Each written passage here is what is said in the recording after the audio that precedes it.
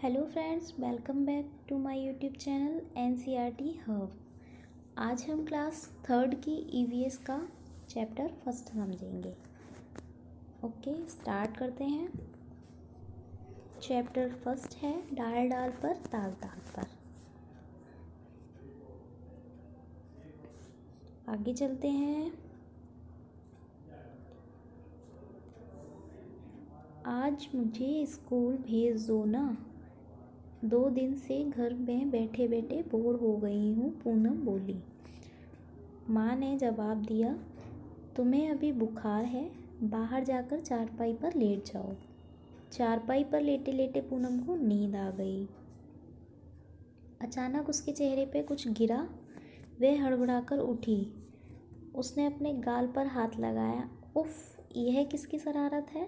कबूतर की या कोई की? कोई की ही लगती है। तो फ्रेंड्स, इसमें पूनम बोल रही है कि माँ आज मुझे स्कूल भेज दो ना, 2 दिन से घर पे बैठे बैठे बोर हो गई हूँ। तो पूनम की माँ जवाब देती हैं कि तुम्हें अभी बुखार है, यानी कि उसे 2 दिन से पहले से बुखार है, इसलिए वो 2 दिन से स्कूल की छुट्टी पर है। तुम्हें अभी भी बुखार है, तुम बाहर जाकर चारपाई पर लेट जाओ।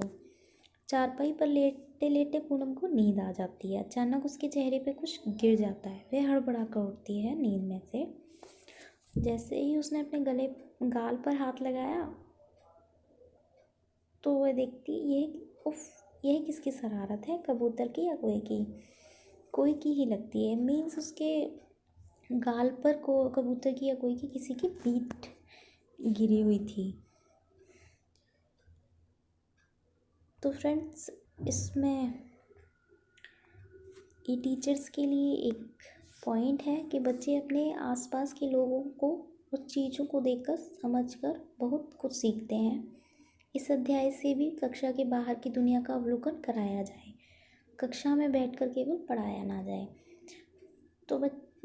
तो फ्रेंड्स, ये टीचर्स के लिए पॉइंट है कि अगर ये चैप्टर पढ़ाते हैं या फिर कोई भी चैप्टर पढ़ाते हैं, बच्चों को कक्षा के बाहर भी ले जाया जाए, जिससे कि वो ज़्यादा समझें।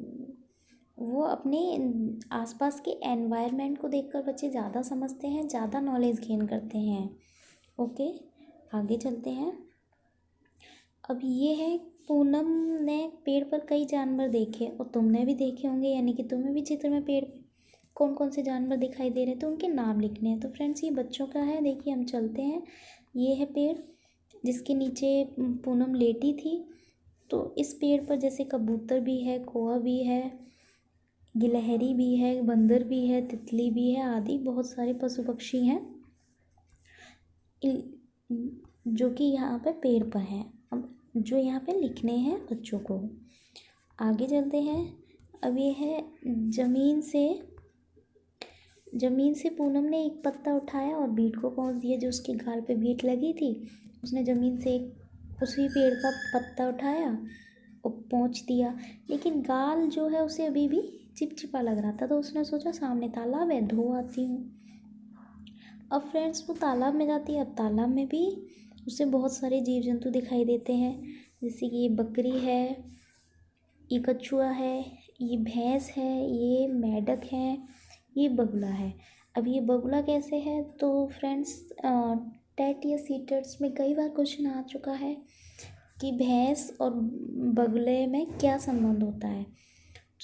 तो फ्रेंड्स, यही है कि भैंस की पीठ पर बगुला इसलिए बैठता है क्योंकि वह उनके साथ सहजीवी का संबंध होता है। तो आगे चलते हैं फ्रेंड्स। जो जानवर तालाब में देखे हैं उनके नाम यहाँ पे लिखने हैं, बच्चों को मेंशन करने हैं। अभी टीचर्स के लिए एक फिर से पॉइंट है कि किताब में जो जानवर शब्द का इस्तेमाल किया गया है वो सभी तरह के जानवर, जैसे कीड़े मकोड़े, स्तनधारी पक्षी आदि के लिए किया गया है। क्योंकि इस थर्ड क्लास में बच्चे छोटे छोटे होते हैं, वो इतनी बारीकी से वर्गीकरण नहीं कर सकते जीव जंतुओं का। और तो टीचर्स के लिए ये है कि बच्चे जानवर शब्द से क्या समझ रहे हैं ये बच्चों से पूछना है, और उनके और जानवरों के संबंध में और जानकारी इकट्ठा करने के लिए उन्हें मोटिवेट करना है। ठीक, आगे चलते हैं। यहाँ पे कुछ प्रोजेक्ट वर्क है जो बच्चों को तालवाला पर दिखे जानवरों का अभिनय करके यानी कि एक्शन करके दिखाना है कि जानवर क्या हरकत करते होंगे और उनकी आवाज़ें निकालने का है। और यहाँ पर फ्रेंड्स ये दिया गया है कि जानवरों के चलने के अलग अलग ढंग होते हैं, तो उनके यहाँ पे नाम लिखने हैं, जैसे उड़ने वाले जानवरों के, रेंगने वाले, चलने वाले आदि ये सभी हैं। आगे चलते हैं। अभी यहाँ पर एक पॉइंट टीचर्स के लिए फिर से दिया गया है कि जानवर के रंग, रूप, चाल, आवाज़ आदि देखना तथा उनकी नकल करना बच्चों को बहुत रोचक लगता है। जानवरों की विविधता देखकर उनके अलग अलग समूह बनाने से ही वर्गीकरण की शुरुआत होती है। तो फ्रेंड्स ये सच है कि बच्चों को किसी की मिमिक्री करना बहुत अच्छा लगता है, तो टीचर्स उनकी इसी पसंद को उठाकर उन्हें सिखा भी सकता है कि अगर जानवरों के रंग, रूप और चाल के आधार पर उनसे मिमिक्री करने को बोले और अलग अलग बच्चे ये करेंगे तो बहुत से बच्चों को उनकी रंग, रूप, चाल के आधार पर विविधता को भी जानने को मिलेगा। इससे उनका वर्गीकरण भी करेंगे, खेल खेल में सीखेंगे। तो ये टीचर्स को बोला गया है। आगे चलते हैं। यहाँ पे बोला गया है कि जो जानवर तुम्हारे घर में नहीं रहते हैं उनमें रंग भरना है। अब ये बच्चों का अपना अपना दिमाग लगा के उन्हें ये कलर करने हैं कि कौन से जानवर उनके आसपास वाले घरों में या उनके घरों में या घर में रह सकते हैं या रहते हैं, तो उनमें रंग नहीं भरना है, बाकी सब में भरना है। ठीक, आगे चलते हैं। ये कंप्लीट करने हैं बच्चों को कि कौन से जानवर का चित्र है। ये पजल है जो बच्चों से ही कंप्लीट करवानी है। और यहाँ पे एक टीचर्स के लिए पॉइंट है कि पहेली 6 का आधार, जैसे ये पहेली है ना कि धीमी चाल से चलता जाऊँ, दौड़ में फिर भी जीत में पाऊँ, तो ये कछुआ है। तो आप और हमको तो पता है, लेकिन ये बच्चों को थोड़ा सा सोचना पड़ेगा।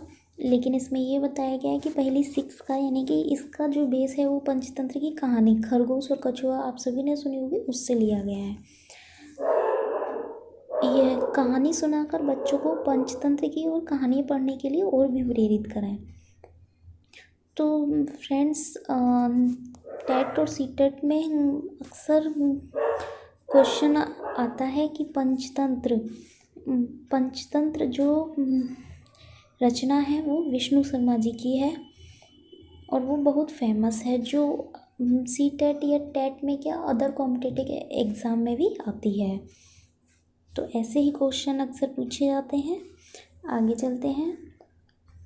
ये फिंगर्स वाली ड्राइंग है जो बच्चे जिसे करने में बहुत इंजॉय करते हैं। ये किसी फिंगर से पे कलर लगा के या थंब पे कलर लगा के उनसे ड्राइंग बनाते हैं। आगे चलते हैं, जिसमें इन सब करने में बच्चों की क्रिएटिविटी का भी पता चलता है और वो अलग अलग डिज़ाइन बना के कुछ नया क्रिएटिव करते हैं। अब ये बच्चों के लिए प्रोजेक्ट वर्क है जो चित्र बनाना है बच्चों को। आगे चलते हैं फ्रेंड्स। अब ये जैसे यहाँ पे एक मिनट,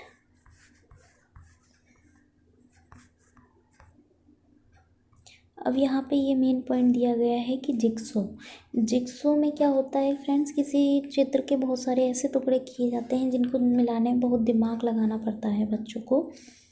और यहाँ पे ये पॉइंट एक टीचर्स के लिए भी दिया गया है कि ये गतिविधि चीज़ों को क्रमानुसार लगाने की शुरुआती कदम है। जिक्सो एक खेल है यानी कि पजल है जिसमें बच्चों को दिमाग लगाना पड़ता है, लेकिन इसी खेल के लिए बच्चे ये भी सीखते हैं कि किसी चीज़ को क्रमानुसार कैसे लगाना है। कुछ छोटे से भी लगा सकते हैं या बड़े से भी, जैसे होते हैं ना असेंडिंग ऑर्डर, डिसेंडिंग ऑर्डर, ये।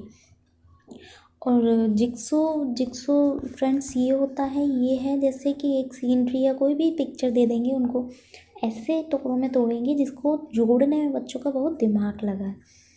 तो फ्रेंड्स ये बच्चों के लिए है और ये भी दिया गया है ये टीचर्स के लिए। अगर टीचर जिक्सो बनाती हैं तो ऐसा बनाया कि उसमें कुछ चैलेंजिंग हो, जिसको पूरा करने में या जिसको जोड़ने में बच्चों को बहुत दिमाग लगाना पड़े, चैलेंजिंग हो।